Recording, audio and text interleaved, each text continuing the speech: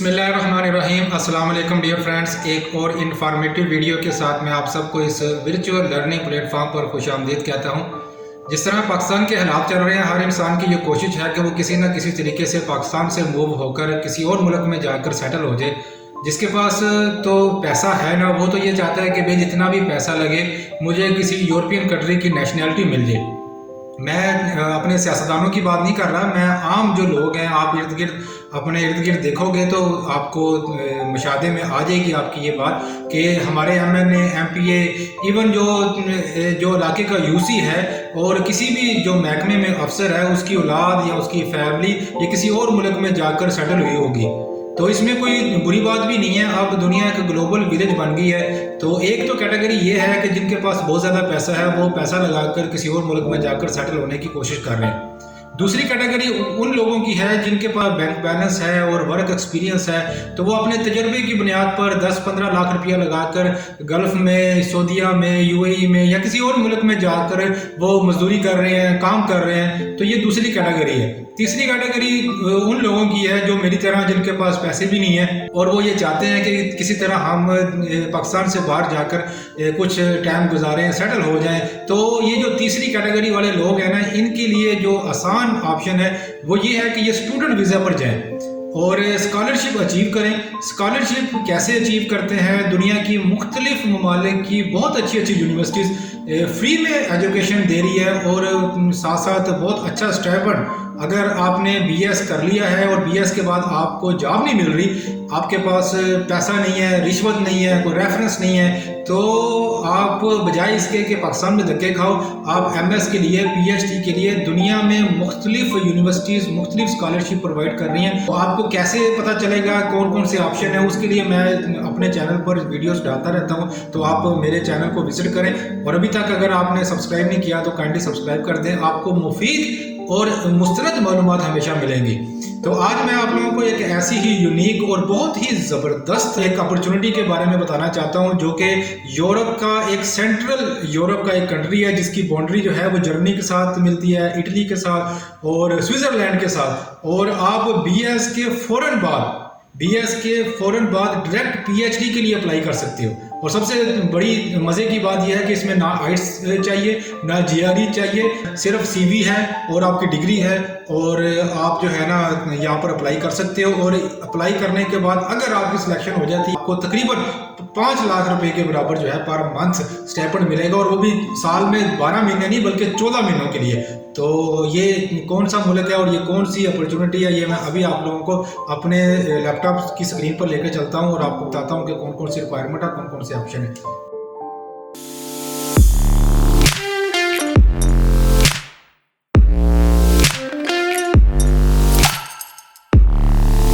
तो dear friends, हम लोग अपने लैपटॉप की स्क्रीन पर आ चुके हैं। तो सबसे पहले आप लोगों ने अपने इंटरनेट ब्राउज़र पर इस वेब एड्रेस को टाइप करना है। तो इस वेबसाइट पर आप आ जाओगे। यूनिवर्सिटी का नाम है institute of science and technology Austria.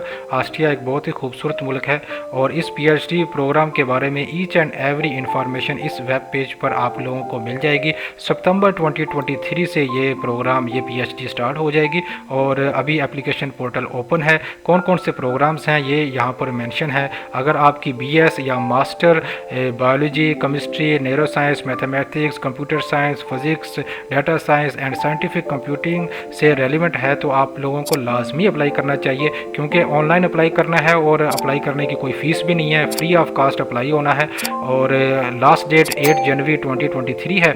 और कौन कौन से डॉक्यूमेंट्स चाहिए? इनमें जो डॉक्यूमेंट्स हैं, सबसे पहले CV, statement of purpose. Statement of purpose ये है कि 1 या 2 पेजेस, मैक्सिमम 2 पेजेस पर मुश्तमिल आप लोगों की रिसर्च इंटरेस्ट। ठीक, तो इधर मेरी एक एडवाइस ये है कि इस यूनिवर्सिटी की ऑफिशियल वेबसाइट पर डिफरेंट रिसर्च ग्रुप्स हैं, उन रिसर्च ग्रुप्स की वेबसाइट पर जाएं और जो रेलिवेंट रिसर्च प्रोफाइल वाले सुपरवाइज़र या प्रोफेसर्स हैं तो उनका हवाला आप अपने स्टेटमेंट ऑफ पर्पस पे लाजमी लिखें, ताकि आपकी जो एप्लीकेशन है वो स्ट्रांग हो जाए और जिसके पास आपकी एप्लीकेशन जाएगी वो ये समझे कि ये कैंडिडेट जो है ना हमारे रिसर्च ग्रुप के लिए सूटेबल है। और इसके अलावा यूनिवर्सिटी की मार्कशीट और सर्टिफिकेट ये चीज़ चाहिए और ये इंग्लिश में होनी चाहिए। अगर आपकी कोई नेटिव लैंग्वेज में है, उर्दू में है, तो उर्दू में भी चाहिए और इंग्लिश में, दोनों में चाहिए। इसके अलावा कॉन्टैक्ट इन्फॉर्मेशन ऑफ 3 रेफरीज, ये बहुत इंपॉर्टेंट है।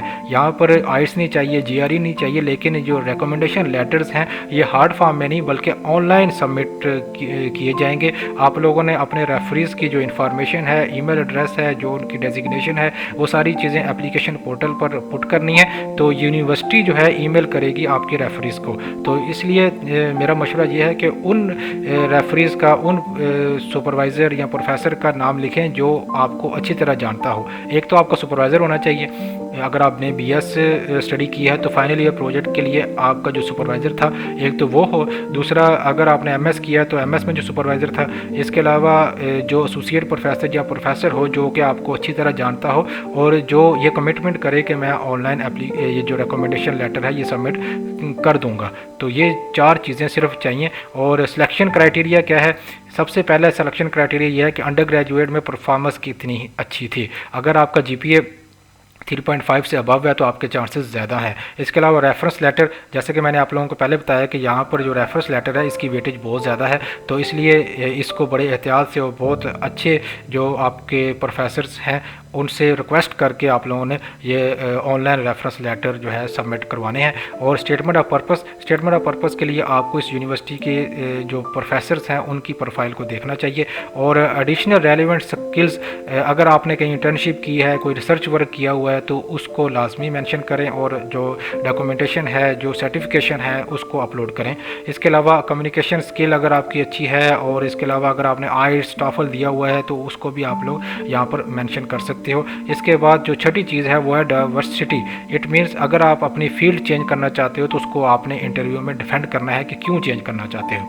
अगर आप BS स्टूडेंट हो तो यहाँ पर जो फॉर BS स्टूडेंट लिखा हुआ है इस पर क्लिक करोगे तो एक नई वेब पेज ओपन हो जाएगी। तो उस पर जो भी डिटेल होगी वो आप लोगों ने पढ़ लेनी है। इंस्ट्रक्शन जो मैनुअल है ये आप लोगों ने लाजमी डाउनलोड कर लेना है। ये PDF की एक फ़ाइल है, तो ये मैंने आप लोगों के लिए पहले ही डाउनलोड कर ली हुई है। तो यहाँ पर आप लोगों को ये दिखाई दे रही होंगी जो फील्ड्स अवेलेबल हैं, ये बायोलॉजी और बायोलॉजी की जो सब फील्ड्स हैं। इस तरह केमिस्ट्री के अंदर जो सब फील्ड्स हैं, इस तरह कंप्यूटर साइंस के अंदर मशीन लर्निंग है, कंप्यूटर विजन है, इस तरह डाटा साइंस, फिज़िक्स, तो ये काफ़ी ज़्यादा फील्ड्स बन जाती हैं। तो आप लोगों की अगर रेलिवेंट स्टडी है तो आप लोग लाजमी अप्लाई करें।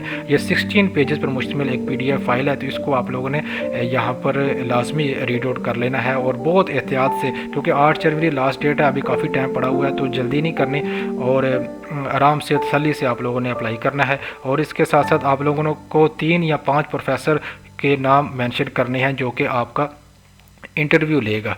तो ये जो प्रोफेसर को कैसे फाइंड आउट करना है इसके लिए ये लिंक है यहाँ पर। इस लिंक को ओपन करोगे तो रिसर्च प्रोफाइल ओपन हो जाएगी। इसके अलावा अटैचमेंट कैसे करनी है और कौन सी फॉर्मेट में करनी है तो यहाँ पर मेंशन है। PDF फाइल चाहिए और इसके अलावा इंटर्नशिप अवार्ड पब्लिकेशन वगैरह कैसे अपलोड करनी है, तो ईच एंड एवरीथिंग यहाँ पर मेंशन है। और रेफरीज़ की इंफॉर्मेशन आप लोगों ने बहुत एहतियात के साथ, उनके नाम, उनकी जो ऑफिशियल ईमेल एड्रेस है वो बहुत एहतियात के साथ, ताकि स्पेलिंग वगैरह जो है ना वो इनकरेक्ट ना हो। और डेडलाइन के बाद जो है ना रेफरीज रिकमेंडेशन लेटर सबमिट नहीं कर सकते, इसलिए आप लोगों ने अपने रेफरीज को ये याद करवाना है कि आप लाजमी जो है ना 15 जनवरी से पहले अपने रिकमेंडेशन लेटर यूनिवर्सिटी को मौसूल हो जाने चाहिए। तो ये सारी चीज़ें हैं। और इसके साथ साथ आप लोगों ने ना यहाँ पर ये जो फ्रीक्वेंटली आस्क्ड क्वेश्चन है FAQ, इसके ये FAQ पेज है, इस पर क्लिक करके ये जो यहाँ पर क्वेश्चंस हैं और आंसर्स हैं ये आप लोगों ने लाजमी पढ़ लेने हैं। और इसमें ही मुझे पता चला था कि PhD का पर मंथ स्टाइपेंड कितना है और सारी जो है ना इन्फॉर्मेशन अवेलेबल है। तो आई होप सो कि ये इन्फॉर्मेशन आप लोगों के लिए बहुत सूटेबल होगी। आप लोग लाजमी अप्लाई कीजिए। Thank you very much.